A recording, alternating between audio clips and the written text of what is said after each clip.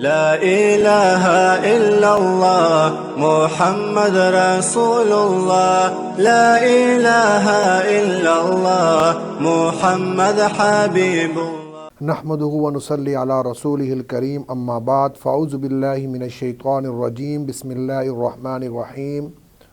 ہمارے پیارے ناظرین و سامعین، میں ہوں آپ کا میزبان ماجد جمیل اور آپ دیکھ رہے ہیں رمضان المبارک کی مقدس ساعات میں حق نیوز کے پلیٹ فارم سے جمال رمضان۔ آپ سب کو حق نیوز کی طرف سے سنتوں برا سلام، السلام علیکم ورحمۃ اللہ وبرکاتہ۔ ناظرین و سامعین، حق نیوز کے اس خصوصی نشریات جمال رمضان میں ہم آپ کو خوش آمدید کہتے ہیں۔ آج ہمارا موضوع ایک نہایت اہم موضوع ہے اور ایک بنیادی اسلامی فریضہ ہے، پڑوسیوں کے حقوق۔ اللہ تعالیٰ نے قرآن پاک میں پڑوسیوں کے حقوق کو والدین، رشتہ داروں اور مساکین کے ساتھ ذکر کیا ہے۔ رسول اکرم صلی اللہ علیہ وسلم نے بارہا ہمیں تاکید فرمائی ہے کہ پڑوسیوں کے ساتھ حسن سلوک کے ساتھ پیش آئیں۔ حضرت جبریل علیہ السلام نبی کریم صلی اللہ علیہ وسلم کو مسلسل اس بارے میں نصیحت کرتے رہے، یہاں تک کہ آپ صلی اللہ علیہ وسلم نے گمان کیا کہ شاید پڑوسی وراثت میں کہیں حقدار نہ ہو۔ آج ہمارے ساتھ تشریف لائے ہوئے ہیں جید عالم دین، مذہبی سکالر، خطیب اور درس و تدریس سے ان کا تعلق ہے، میری مراد جناب مولانا اسامہ امجد صاحب۔ آج جو ہمارا ٹاپک ہے پڑوسیوں کے حقوق، اس کے اوپر گفتگو فرمائیں گے۔ جمال رمضان جو یہ پروگرام ہے، اس کا ایک خاصہ ہے، جو مہمان گفتگو جس موضوع پر کرتا ہے اس کے ساتھ ایک ثناخواں بھی ہوتا ہے۔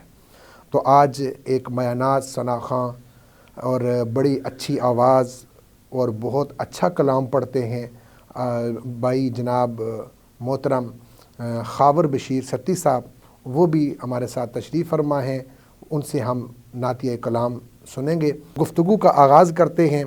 میں مولانا اسامہ امجد صاحب سے گزارش کروں گا کہ ہمارے سامعین اور ناظرین کو بتائیں کہ پڑوسیوں کے حقوق کے بارے میں قرآن و حدیث میں کیا تعلیمات دی گئی ہیں۔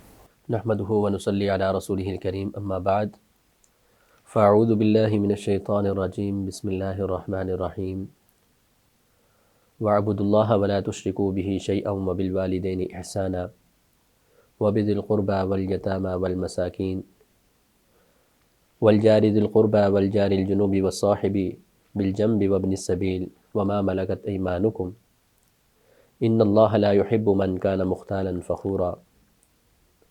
صدق اللہ العظیم وصدق رسولہ النبی الامی الکریم ونحن على ذلك لمن الشاہدین والشاکرین والحمد للہ رب العالمین۔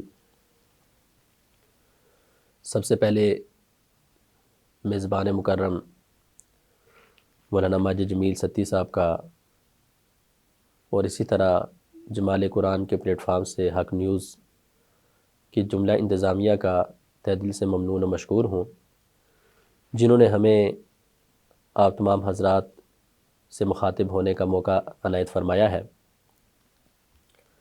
ہمارا آج کا جو عنوان پڑوسیوں کے حقوق کے حوالے سے ہے، پڑوسیوں کے حقوق کے حوالے سے اگر ہم قرآن و حدیث میں اس عنوان کو تلاش کرتے ہیں تو جو آیت کریمہ میں نے آپ حضرات کے سامنے تلاوت فرمائی ہے، اس آیت کریمہ میں اللہ رب العزت پڑوسیوں کے حقوق کا تذکرہ فرما رہے ہیں، اور اسی طرح جناب نبی کریم صلی اللہ علیہ وسلم کی مبارک احادیث مبارکہ، اس میں بھی پڑوسیوں کے حقوق کا تذکرہ موجود ہے۔ آپ صلی اللہ علیہ وسلم کی سیرت طیبہ کو اگر ہم دیکھتے ہیں تو سیرت طیبہ میں بھی آپ صلی اللہ علیہ وسلم کے اڑوس پڑوس کا جو تذکرہ ملتا ہے وہ ہمارے سامنے موجود ہے۔ سب سے پہلے جو اللہ رب العزت نے جس آیت کریمہ میں پڑوسیوں کے حقوق کا تذکرہ فرمایا، اس کی ابتدا اللہ رب العزت نے وَاعْبُدُوا اللَّهَ وَلَا تُشْرِكُوا بِهِ شَيْئًا سے فرمائی۔ اب وَاعْبُدُوا اللَّهَ، اللہ رب العزت کی عبادت، اللہ رب العزت کی عبادت کرنے کا حکم دیا جا رہا ہے۔ اب یہاں اس سے مراد کون سی عبادت ہے؟ اگر ہم دیکھتے ہیں تو عبادت اللہ رب العزت کی کون سی عبادت مراد ہے، تو ہر طرح کی عبادت اللہ رب العزت کی مراد ہے۔ جس طرح نماز میں ہم تشہد میں پڑھتے ہیں التحیات للہ والصلوات والطیبات، کہ ہماری زبانی اور ہماری قولی جو عبادات ہیں، سب سے پہلے ہم اقرار کرتے ہیں تحیات کہ ہماری زبانی اور ہماری قولی جتنی بھی عبادات ہیں وہ اللہ رب العزت کے لیے ہیں، للہ اللہ کے لیے ہیں۔ والصلوات، اور والصلوات کا مطلب یہ ہے کہ ہماری جو بدنی عبادات ہیں ان کا بھی وہ بھی صرف اور صرف اللہ رب العزت کی رضا کے لیے ہیں۔ اور والطیبات، ہماری مالی جتنی بھی عبادات ہیں وہ بھی ساری کی ساری اللہ کے لیے ہیں، یعنی انسان کی ہی جملہ عبادات ہوتی ہیں جس کا تعلق انسان کی زبان کے ساتھ، انسان کے بدن کے ساتھ ہو گیا اور انسان کے مال کے ساتھ ہوتا ہے۔ تو یہ ساری کی ساری اللہ رب العزت نے فرمایا وَاعْبُدُوا اللَّهَ، کہ اللہ رب العزت کی عبادت کرو، ان سب کا تعلق جو ہے اللہ رب العزت کی اللہ رب العزت کے ساتھ ہے۔ اور اس کے بعد فرمایا وَلَا تُشْرِكُوا بِهِ شَيْئًا، اللہ رب العزت کے ساتھ شریک نہیں ٹھہرانا، کیونکہ شرک اللہ رب العزت کے ساتھ اس کو فرمایا ان الشرک لظلم عظیم، بہت بڑا ظلم ہے۔ تو ہر طرح کی عبادت خالص اللہ رب العزت کے واسطے اور اللہ رب العزت کے ساتھ کسی کو شریک نہیں ٹھہرانا۔ پھر آگے اللہ رب العزت کے احسانات کے بعد جس ہستی کا سب سے زیادہ احسان انسان پر ہوتا ہے وہ والدین ہے، تو فرمایا وَبِالْوَالِدَيْنِ احسانا، والدین کے ساتھ حسن سلوک کرے۔ اور آگے والدین کے بارے میں ہمارا عنوان نہیں، لیکن والدین کے بارے میں فرمایا ان کو اف تک مت کہیے، وَلَا تَقُلْ لَهُمَا اُفٍّ وَلَا تَنْهَرْهُمَا وَقُلْ لَهُمَا قَوْلًا كَرِيمًا۔ اور پھر آگے فرمایا وَبِذِي الْقُرْبَى وَالْيَتَامَى وَالْمَسَاكِينِ، والدین کے بعد قریبی رشتہ داروں کے ساتھ حسن سلوک کا معاملہ فرمائیں، یتیموں کے ساتھ، مسکینوں کے ساتھ حسن سلوک کا معاملہ فرمائیں، اور پھر آگے فرمایا وَالْجَارِ ذِي الْقُرْبَى، کہ پڑوسی، ایسا پڑوسی جو قریب والا ہے یا وہ عزیز ہے، قریبی رشتہ دار ہے، ان کے ساتھ بھی حسن سلوک والا معاملہ فرمائے۔ اور آگے اس کے بعد فرمایا وَالْجَارِ الْجُنُبِ، اور ایسا پڑوسی جو پہلو میں رہنے والا ہے، اس کے ساتھ قرابت کا تعلق نہیں ہے لیکن پڑوسی تو ہے آپ کا، پہلو میں رہنے والا ہے، اس کے ساتھ بھی حسن سلوک والا معاملہ فرمائے۔ اور آخر میں فرمایا وَالصَّاحِبِ بِالْجَنبِ، کہ ایسا ساتھی جو پہلو میں بیٹھنے والا ہے اس کے ساتھ بھی حسن سلوک والا معاملہ فرمائے۔ تو یہ تین چیزیں یہاں اللہ رب العزت نے ذکر فرمائی، والصاحب، تین چیزوں کا ذکر فرمایا، پہلا قریبی رشتہ دار اور پڑوسی بھی ہے، دوسرا صرف پڑوسی ہے، اور تیسرا ایسا ساتھی جو صرف پڑوس میں بیٹھنے والا ہے۔ اس کی وضاحت مفسرین کرام نے ایسی فرمائی کہ جو پڑوسی ہے، انسان کا جو پڑوس ہے اس کے تین درجے ہیں۔ ایک درجہ یہ ہے کہ پڑوسی صرف اور صرف جو ہے آپ کا پڑوسی ہی ہو، اس کے ساتھ اور کوئی تعلق، جس طرح وہ مسلمان ہے، مسلمان بھی نہیں بلکہ اس کا ایک حصہ اس کے ساتھ ہے، یعنی وہ صرف پڑوسی ہے، مسلمان بھی نہیں ہے، رشتہ دار بھی نہیں، اس کے ساتھ حسن سلوک کا ایک حصہ ہے۔ اور دوسرا ایسا پڑوسی ہے جو پڑوسی ہونے کے ساتھ ساتھ مسلمان بھی ہے، اس کے ساتھ حسن سلوک کے دو حصے ہیں۔ اور تیسرے نمبر پر ایسا پڑوسی ہے جو پڑوسی بھی ہے، مسلمان بھی ہے، اور تیسرے نمبر پر قریبی رشتہ دار بھی ہے۔ تو یہ تین حصے ہیں، اس کے ساتھ حسن سلوک کے تین حصے ہیں۔ اور پھر پڑوسی، ایک حدیث مبارکہ میں آپ صلی اللہ علیہ وسلم سے سیدہ عائشہ رضی اللہ تعالی عنہ نے سوال فرمایا کہ اے اللہ کے رسول صلی اللہ علیہ وسلم، آپ نے پڑوسیوں کے حقوق کے بارے میں تذکرہ فرمایا، تو پڑوسی کون سا ہے، کہاں تک پڑوسی کی لمٹ اور حد ہے؟ اور آپ صلی اللہ علیہ وسلم نے فرمایا 40 گھروں تک، یعنی 40 گھر آپ کے آس پاس جو ہیں وہ آپ کے پڑوس میں ہیں۔ اما عائشہ صدیقہ رضی اللہ تعالی عنہ فرماتی ہیں اللہ کے حبیب، اب اگر ہم کسی پڑوسی کے ساتھ اس کے گھر کھانا بھیجنا چاہیں، اس کے کسی طریقے سے تعاون کرنا چاہیں، تو اب ہم کیا 40 گھروں میں یہ سارا معاملہ کریں گے؟ 40 گھروں میں تو ہم نہیں پہنچا سکتے۔ تو آپ صلی اللہ علیہ وسلم نے فرمایا جس کا دروازہ آپ کے دروازے کے زیادہ قریب ہے، یہ ہے پڑوسی۔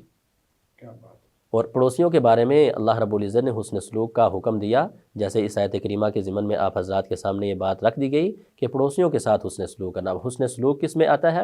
حسن سلوک میں یہ بات بھی آتی ہے کہ ان کے ساتھ اچھے اخلاق سے بات بھی کی جائے، اپنے کسی عمل سے ان کو تکلیف نہ پہنچائی جائے، اور انسان ان کے ساتھ کوئی بیمار ہو جائے ان کی تیمارداری کی جائے، ان کی عیادت کی جائے، اور اسی طرح اگر ان کی غمی ہوتی ہے، فوتگی ہو جاتی ہے، تو ان کی غمی میں ان کے ساتھ شریک ہوا جائے اور ان کا ہاتھ بٹایا جائے۔ تو یہ سارے کے سارے آپ صلی اللہ علیہ وسلم کی عمل سے ہمارے سامنے آپ صلی اللہ علیہ وسلم کا عمل موجود ہے، یہ ہمیں حدیث مبارکہ سے ملتے ہیں۔ اور اسی طرح جیسے آپ نے ذکر فرمایا کہ جبرائیل امین علیہ الصلاۃ والسلام آپ صلی اللہ علیہ وسلم کے پاس تشریف لائے، طویل گفتگو کا سلسلہ جاری رہا۔ اب اتنی طویل گفتگو کا سلسلہ جاری رہا کہ صحابہ اکرام رضوان اللہ علیہم اجمعین کو یہ ڈر شروع ہو گیا کہیں آپ صلی اللہ علیہ وسلم کھڑے کھڑے تھک نہ جائیں، اتنا طویل گفتگو کا سلسلہ رہا۔ اور پھر جب وہ چلے گئے جبرائیل امین علیہ الصلاۃ والسلام، تو صحابہ اکرام سے آپ صلی اللہ علیہ وسلم نے سوال فرمایا کہ آپ نے دیکھا یہ کون تھا؟ تو صحابہ کرام رضوان اللہ علیہم اجمعین نے ان سے آپ صلی اللہ علیہ وسلم سے پوچھا کہ کیا بات ہوئی؟ تو آپ صلی اللہ علیہ وسلم نے فرمایا کہ جبریل نے مسلسل مجھے اتنی وصیت فرمائی پڑوسی کے بارے میں، اتنی زیادہ کہ حتیٰ ظننتو، یہاں تک کہ میرا گمان ہوا کہ انہو سیورثہ، کہ اس پڑوسی کو جبریل امین وراثت میں حصہ دلوا دیں گے، وراثت میں حصہ اس کا شامل فرما دیں گے۔ اتنا زیادہ اللہ رب العزت نے پڑوسیوں کے حقوق کا تذکرہ فرمایا ہے۔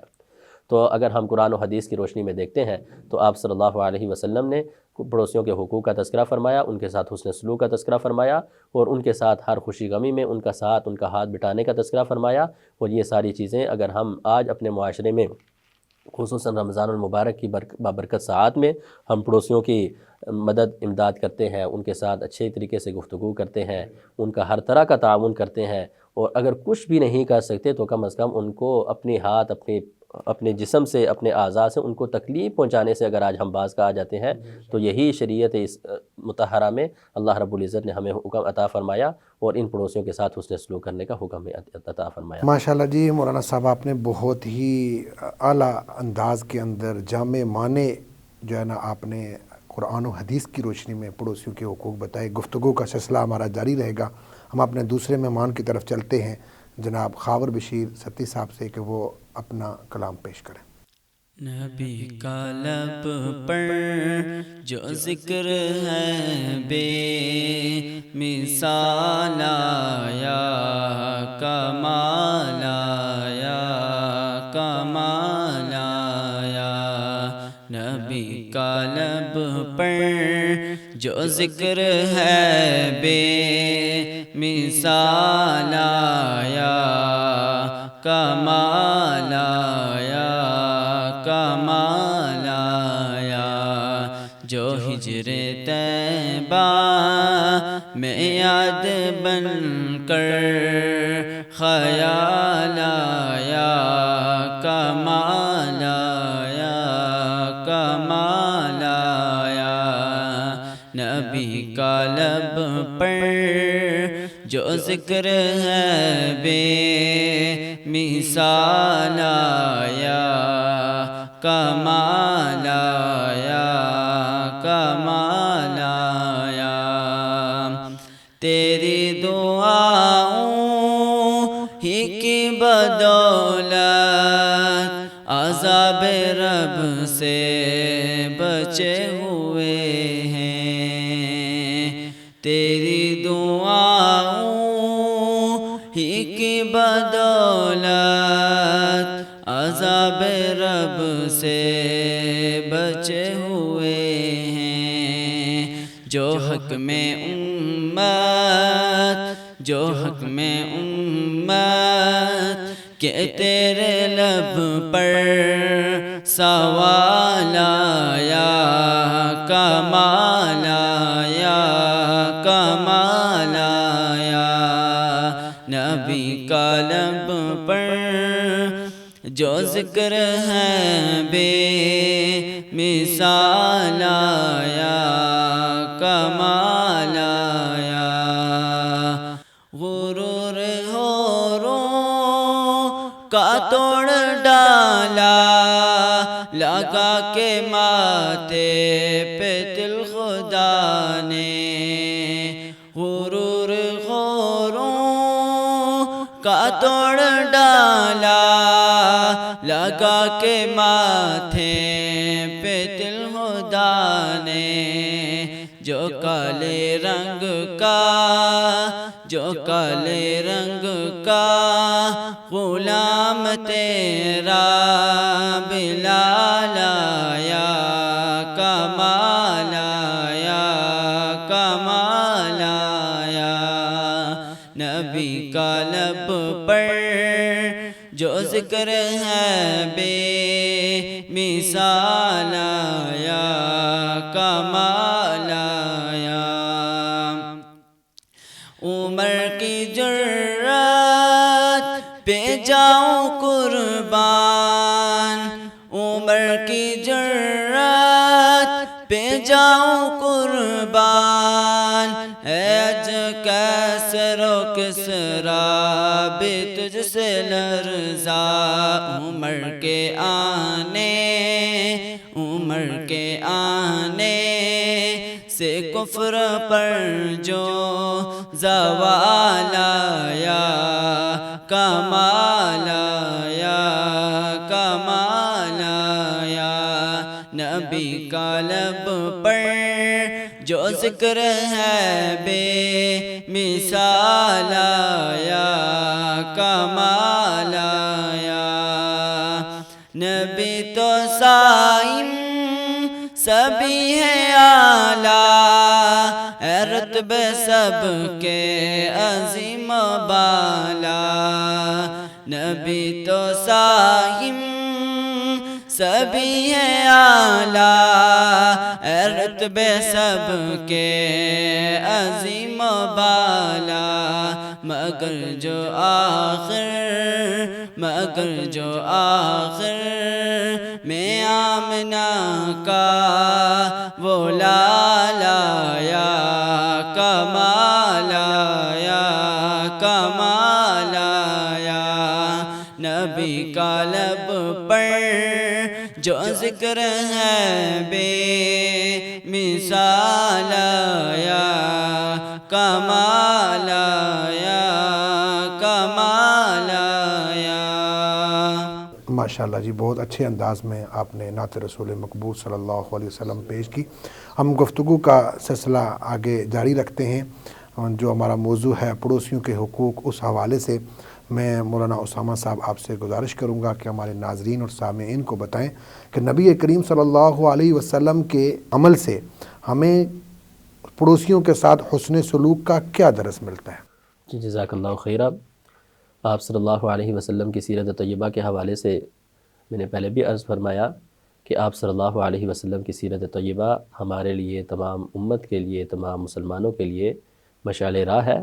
آپ صلی اللہ علیہ وسلم کی سیرت کو سیکھ کر اگر ہم اپنی زندگیوں میں نافذ کریں گے تو یقیناً یہی ہماری دنیا اور آخرت میں کامیابی کا باعث بن سکتی ہے۔ تو آپ صلی اللہ علیہ وسلم کی جتنے بھی اخلاق کریمہ ہیں وہ سارے کے سارے جو ہے ہمارے لیے اسوہ حسنہ اللہ رب العزت نے قرار دیے ہیں۔ کوئی بھی ہستی اگر ہم اس کو فالو کرتے ہیں تو اس کا کوئی جزوی کامیابی دے کر ہم اس کو فالو کرتے ہیں، لیکن آپ صلی اللہ علیہ وسلم کے بارے میں اللہ رب العزت نے قرآن مجید میں فرمایا لَقَدْ كَانَ لَكُمْ فِي رَسُولِ اللَّهِ أُسْوَةٌ حَسَنَةٌ، کہ آپ صلی اللہ علیہ وسلم کی زندگی، حیات طیبہ امت کے لیے، مسلمانوں کے لیے ایک بہترین نمونہ ہے۔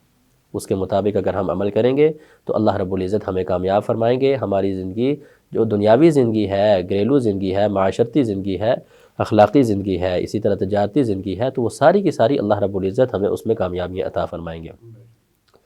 تو آپ صلی اللہ علیہ وسلم کی حدیث مبارکہ میں ہم دیکھتے ہیں تو ایک حدیث مبارکہ میں آپ صلی اللہ علیہ وسلم نے فرمایا خیرہم لصاحبہ عند اللہ، کہ اللہ رب العزت کے ہاں، اللہ رب العزت کے نزدیک بہترین دوست وہ ہے کہ خیرہ لصاحبہ، جو اپنے دوست کے لیے بہتر ہو، یعنی بہترین دوست وہ ہے جو اپنے دوست کے لیے بہتر ہے۔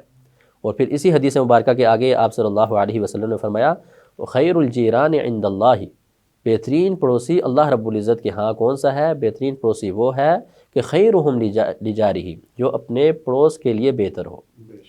یعنی آپ صلی اللہ علیہ وسلم نے بہترین کس کو کہا؟ سب سے اچھا کس کو کہا؟ اس پڑوسی کو کہا جو اپنے پڑوس والوں کے لیے اچھا ہو، وہ اچھا ہوگا۔ اب اس میں اگر ہم دیکھتے ہیں کہ میں اگر مثال کے طور پر اپنی زندگی میں غور کرتا ہوں، ہم سب جتنے بھی سننے والے دیکھنے والے ہیں، ہم سب اپنی زندگی میں غور کرتے ہیں کہ کیا ہم اپنے پڑوس والوں کے لیے بہترین اور اچھے ہیں کہ نہیں ہیں؟ آپ صلی اللہ علیہ وسلم نے ہمیں رخ دے دیا کہ اب ہم بہترین کس صورت میں بن سکتے ہیں؟ ایک ہی راستہ ہے کہ ہم اپنے پڑوسیوں کے ساتھ اچھے ہو جائیں تو ہم بہترین ہو جائیں گے۔ اسی طرح ایک حدیث مبارکہ میں آپ صلی اللہ علیہ وسلم وضو فرما رہے ہیں۔ اعزاز صحابہ کرام رضوان اللہ علیہم اجمعین وضو کا بچا ہوا پانی زمین پر نہیں گرنے دے رہے، بلکہ اپنے ہاتھوں میں لے کر اپنے بدنوں پر، اپنے جسموں پر جو ہے وہ مر رہے ہیں۔ تو اس پر آپ صلی اللہ علیہ وسلم نے اعزاز صحابہ کرام رضوان اللہ علیہم اجمعین سے سوال فرمایا کہ اے میرے ساتھیوں، اے میرے صحابہ، یہ عمل آپ کس لیے کر رہے ہیں؟ یہ کس وجہ سے آپ یہ عمل کر رہے ہیں؟ تو اعزاز صحابہ کرام نے جواب دیا کہ ہم صرف اللہ اور اس کے رسول کی محبت کے لیے یہ عمل کر رہے ہیں۔ تو آپ صلی اللہ علیہ وسلم نے فرمایا کیا آپ کو اللہ اور اس کے رسول کی محبت چاہیے؟ اگر اللہ اور اس کے رسول کی محبت چاہیے تو آپ 3 کام کر لیجئے۔ وہ 3 کام کون سے ہیں؟ وہ 3 کام آپ صلی اللہ علیہ وسلم نے فرمایا کہ جب تمہارے پاس امانت رکھوائی جائے تو اس امانت کو ادا کرو۔ کوئی بھی امانت کسی کے پاس رکھوائے، چاہے وہ امانت مالی ہے، آج کل ہم مالی امانت کو تو امانت سمجھتے ہیں، لیکن راز بھی امانت ہوتا ہے۔ اسی طرح کسی کی کوئی بھی انفرادی بات جو ہے وہ امانت کے زمرے میں آتی ہے، کسی کا کوئی لین دین ہے وہ بھی امانت کے زمرے میں آتا ہے۔ تو امانت کی حفاظت کرنا، امانت رکھ لی پاس، جو ہی صاحب امانت نے امانت کا مطالبہ کیا اس کے حوالے کر دی جائے، یہ اللہ اور اس کے رسول کی محبت کا باعث بنتی ہے۔ اور دوسرا فرمایا جب تم بات کرو تو سچی بات کرو، کوئی بھی بات کر رہے ہیں سچی بات کریں، سچی بات کریں گے، اس عمل سے اللہ رب العزت کی بھی اور آپ صلی اللہ علیہ وسلم کی محبت انسان کو نصیب ہو جاتی ہے۔ اور تیسرے نمبر پر فرمایا کہ پڑوسی کے ساتھ حسن سلوک فرمائیں۔ یعنی آج ہم سب کو اللہ اور اس کے رسول کی محبت کے لیے ہم کتنی محنتیں، مشقتیں اور عبادات کرتے ہیں، لیکن اللہ رب العزت نے اپنی محبت اور آپ صلی اللہ علیہ وسلم کی محبت ان 3 چیزوں میں ہمیں ذکر فرمائی۔ یہ 3 کام کر لیں، اللہ کی محبت میں مل جائے گی، اللہ کے رسول کی محبت میں مل جائے گی۔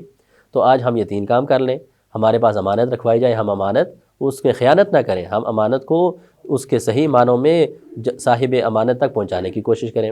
اسی طرح ہم اگر اپنی نجی محافل میں دیکھتے ہیں، نجی زندگی میں دیکھتے ہیں، سرکاری سطح پر ہم اپنی اس زندگی کو دیکھتے ہیں، تو ہر طرح کے طبقے کے لیے آپ صلی اللہ علیہ وسلم کا یہ ارشاد جو ہے یہ قابل عمل ہے۔ صرف یہ نہیں کہ دیندار طبقے کے لیے یہ قابل عمل ہوگا، باقی حضرات کے لیے قابل عمل نہیں ہو، بلکہ اس کام کو جو بھی جس سطح کے ساتھ، جس میدان کے ساتھ اس کا تعلق وابستہ ہے، وہ سارے کے سارے اس آپ صلی اللہ علیہ وسلم کے ارشاد پر عمل کر کے اللہ اور اس کی رسول کی محبت سمیٹ سکتے ہیں۔ تو امانت میں اس کی امانت میں خیانت نہ کرنا، سچی بات کرنا، اور تیسرے نمبر پر حسن سلوک پڑوسی کے ساتھ کرنا، پڑوسی کے ساتھ حسن سلوک کرنا، یہ آپ صلی اللہ علیہ وسلم نے ہمیں درس دیا ہے۔ اور آپ صلی اللہ علیہ وسلم نے یہ ہمیں درس اس وجہ سے دیا کہ ہمارے کسی بھی عمل سے ہمارے کسی پڑوسی کو ذرا برابر بھی تکلیف نہ پہنچے۔ بے شک بے شک، بڑی پیاری گفتگو آپ فرما رہے ہیں، ہماری گفتگو کا سلسلہ جاری رہے گا، اور بڑے اچھے انداز میں آپ نے جو ہے پڑوسیوں کے حقوق جو ہے وہ رسول اللہ صلی اللہ علیہ وسلم کی جو زندگی ہے کا جو ہے نا حدیث مبارکہ آپ نے سنا کر ہمارے سامعین کو بتایا کہ پڑوسیوں کے حقوق کتنے زیادہ ہیں۔ تو گفتگو کا سلسلہ انشاءاللہ جاری رہے گا۔ ہم ابھی دوسرے مہمان خاور بشیر ستی صاحب کی طرف چلتے ہیں، تو ان سے گزارش کرتے ہیں کہ اپنا دوسرا نعتیہ کلام جو ہے وہ پیش کریں۔ وہ شہر محبت جہاں مصطفیٰ ہے، وہی گھر بنانے کو جی چاہتا ہے۔ وہ شہر محبت جہاں مصطفیٰ ہے، وہی گھر بنانے کو جی چاہتا ہے۔ وہ سونے سے کنکر، وہ چاندی سی مٹی نظر میں بسانے کو جی چاہتا ہے۔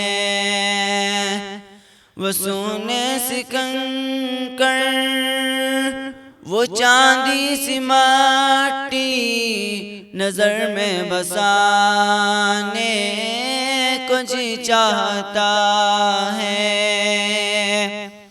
وہ شہر محبت جہاں مصطفیٰ ہے، وہی گھر بنانے کو جی چاہتا ہے۔ جہاد محبت کی آواز گونجی، کہا حنظلہ نے یہ دلہن سے اپنی۔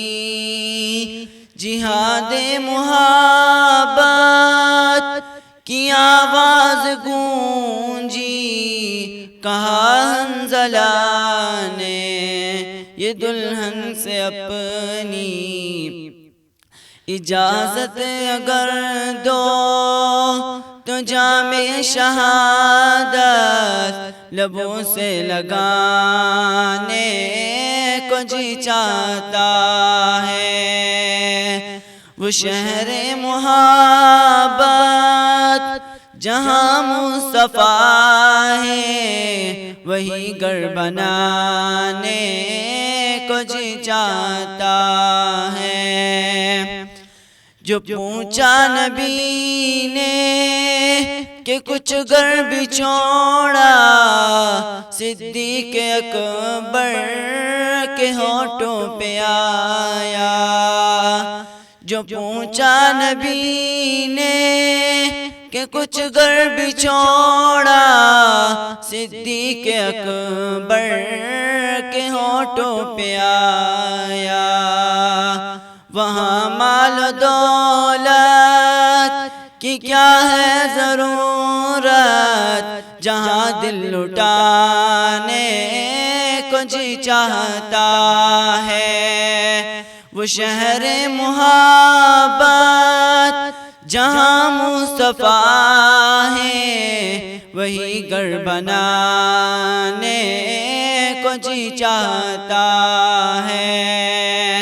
وہ سونے سے کنکر، وہ چاندی سی مٹی نظر میں بسانے کو جی چاہتا ہے۔ وہ ننھا سا اصغر، وہ ایڑی رگڑ کر یہی کہہ رہا ہے وہ خیمے میں رو کر۔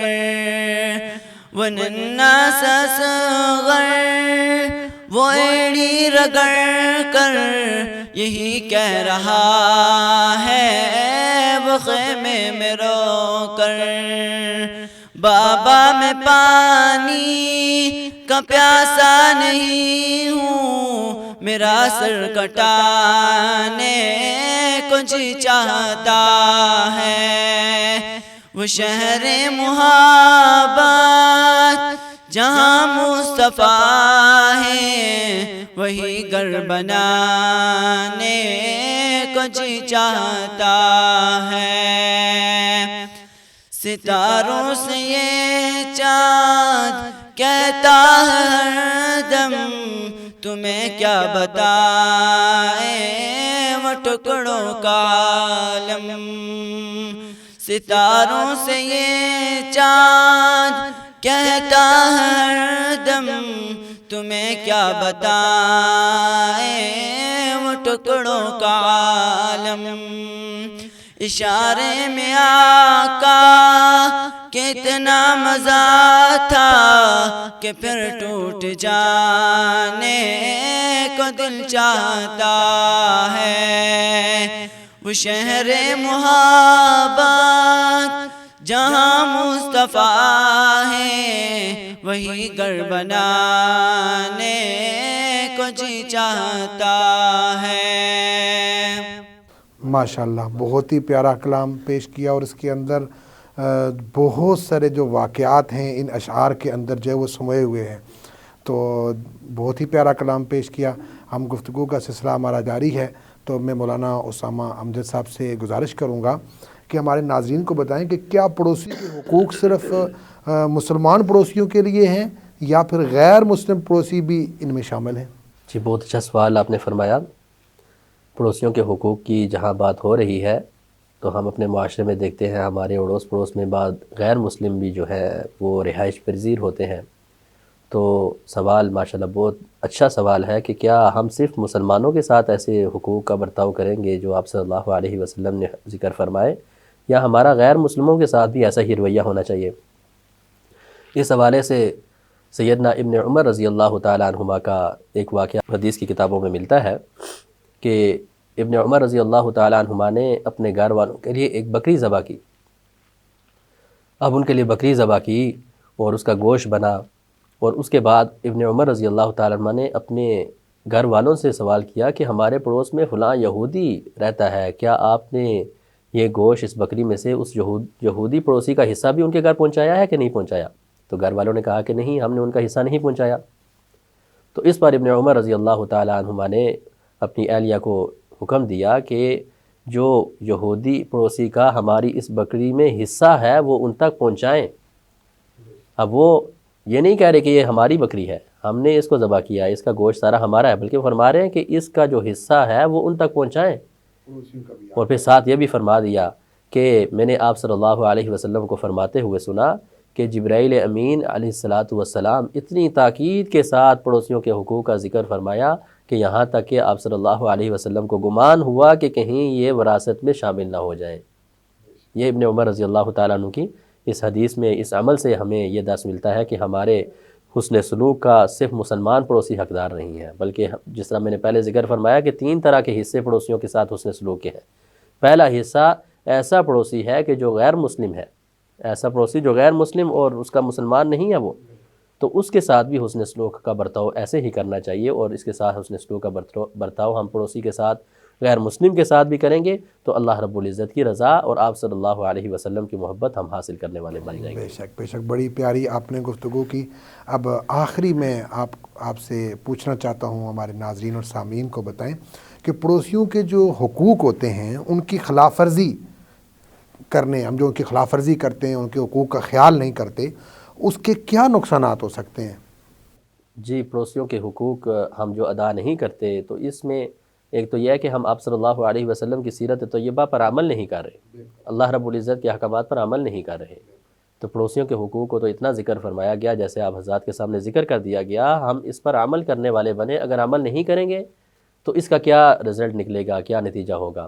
اس میں بھی ایک عورت کا تذکرہ حدیث مبارکہ میں ملتا ہے کہ آپ صلی اللہ علیہ وسلم کے سامنے ایک عورت کا ذکر فرمایا گیا اور کہا کہ فلاں عورت ہے، بڑی اس نے نمازیں، بہت نمازوں کا اہتمام کرتی ہے، روزے رکھنے کا اہتمام کرتی ہے، نوافل اہتمام کے ساتھ ادا کرتی ہے، اسی طرح صدقہ خیرات بھی کثیر تعداد میں کرتی ہے، لیکن ایک اس میں مسئلہ یہ ہے کہ اس کی زبان سے پڑوسی جو ہے وہ تکلیف محسوس کرتے ہیں۔ تو آپ صلی اللہ علیہ وسلم نے فرمایا فی النار، کہ وہ جہنمی ہے۔ اور پھر اسی عورت کا ایک اور عورت کا تذکرہ اسی حدیث مبارکہ میں ہمیں ملتا ہے کہ صحابہ کرام رضوان اللہ علیہم اجمعین نے آپ صلی اللہ علیہ وسلم کو یہ اطلاع دی کہ ایک اور عورت ہے، نماز روزے کی اتنی پابندی نہیں کرتی، فرائض پورے کرتی ہے، لیکن نوافل میں جو نوافل ہیں، نفلی روزے ہیں، ان کی پابندی نہیں کرتی، صدقہ خیرات کی بھی پابندی نہیں کرتی، حالانکہ اس کے بارے میں فرمایا کہ وہ پنیر کے چھوٹے سے ٹکڑے سے زیادہ خیرات نہیں کرتی، مطلب اتنے زیادہ اس کو مال سے محبت ہے، وہ زیادہ صدقہ خیرات بھی نہیں کرتی، لیکن اس کے بارے میں فرمایا کہ وہ اپنے پڑوسیوں کے ساتھ حسن سلوک کرتی ہے، پڑوسیوں کے ساتھ حسن سلوک کرتی ہے۔ تو آپ صلی اللہ علیہ وسلم نے فرمایا فی الجنہ، کہ وہ عورت جنتی ہے۔ وہ اور بہت سی حدیث مبارکہ ہمیں ملتی ہیں۔ آپ صلی اللہ علیہ وسلم نے فرمایا کہ لا يدخل الجنت، کہ جنت میں وہ انسان داخل نہیں ہوگا جس کے پڑوسی جو ہیں اس کی اذیت سے، اس کی تکلیف سے محفوظ نہ ہوں، وہ انسان جنت میں داخل نہیں ہوگا۔ ماشاءاللہ جی، آپ نے بڑے اچھے انداز میں جو گفتگو فرمائی اور پڑوسیوں کے حقوق کے حوالے سے آپ نے جامع معنی ہر طرف سے آپ نے ایسی گفتگو فرمائی کہ ہمارے ناظرین جو ہے نا اس سے بہت مستفید ہوں گے۔ میں آپ کا بہت شکریہ ادا کرتا ہوں اپنی طرف سے، اپنے حق نیوز کی پوری ٹیم کی طرف سے، کہ آپ نے اپنا قیمتی وقت جو ہے وہ نکالا اور قیمتی وقت نکال کر ہمارے پاس تشریف لائے اور ہمارے جو ناظرین اور سامعین کو آج جو ہے وہ موضوع جو تھا پڑوسیوں کے حقوق پر بڑی مدلل آپ نے جو ہے گفتگو فرمائی۔ اس کے ساتھ میں اپنے دوسرے مہمان جناب خاور بشیر ستھی صاحب کا بھی شکریہ ادا کرتا ہوں کہ وہ تشریف لائے اور بڑے ہی اچھے انداز کے اندر، اور ان اشعار میں بہت کچھ واقعات سمائے ہوئے تھے۔ جب یہ اشعار پڑھ رہے تھے تو اس میں ایک ایک شعر کے اندر ایک جو ہے نا پورا ایک واقعہ جو ہے وہ سمایا ہوا تھا۔ تو بڑے اچھے انداز میں آپ نے اپنے کلام پیش کیے، آپ کا بھی بہت بہت شکریہ۔ اللہ تعالیٰ آپ دونوں کو اپنی شان کے مطابق اجر عظیم سے نوازے۔ ناظرین، ہمارے پروگرام کا وقت جو ہے وہ ختم ہوا جاتا ہے۔ آج کی جو گفتگو ہے اس کا خلاصہ یہی ہے کہ جو پڑوسیوں کے حقوق ہیں وہ ہمارے اوپر بہت ضروری ہے۔ ہم نے ہر حال میں اپنے جو پڑوسی ہیں ان کا جو حق ہے وہ ادا کرنا ہے، اور جہاں پر علامہ صاحب نے یہ بتایا بھی کہ یہ ضروری نہیں ہے کہ پڑوسی مسلمان ہو یا غیر مسلم ہو، جیسا بھی ہو ہمیں ان پڑوسیوں کے حقوق جو ہیں، ہر قسم کا حق جو ہے، جو کہ بڑی تفصیل سے مولانا نے گفتگو کی، ان کا پورا کرنا یہ ہمارے لیے ضروری ہے، یہ ہمارے لیے ایک اسلامی بنیادی فریضہ ہے۔ تو اس حوالے سے اللہ رب العزت سے دعا ہے کہ اللہ رب العزت مجھے، آپ کو، ہم سب کو جو ہے پڑوسیوں کے حقوق ادا کرنے کی توفیق عطا فرمائے، اور اس کے ساتھ ساتھ آپ جو ہے نا اسپیشل جو یہ رمضان ٹرانسمیشن ہے یہ آپ دیکھ رہے ہیں جمال رمضان، تو یہ اگر آپ کو یہ جو ہم پروگرام پیش کر رہے ہیں یہ آپ کو اچھا لگے، ہماری گفتگو اچھی لگے، تو آگے یہ پیغام دوسروں تک بھی پہنچائیں، اور اپنی جو قیمتی آراء ہیں ان سے بھی ہمیں آگاہ کریں۔ اللہ رب العزت سے دعا ہے کہ اللہ رب العزت ہمیں عمل کی توفیق عطا فرمائے۔ اللہ نگہبان، والسلام۔ سبحان اللہ والحمد للہ۔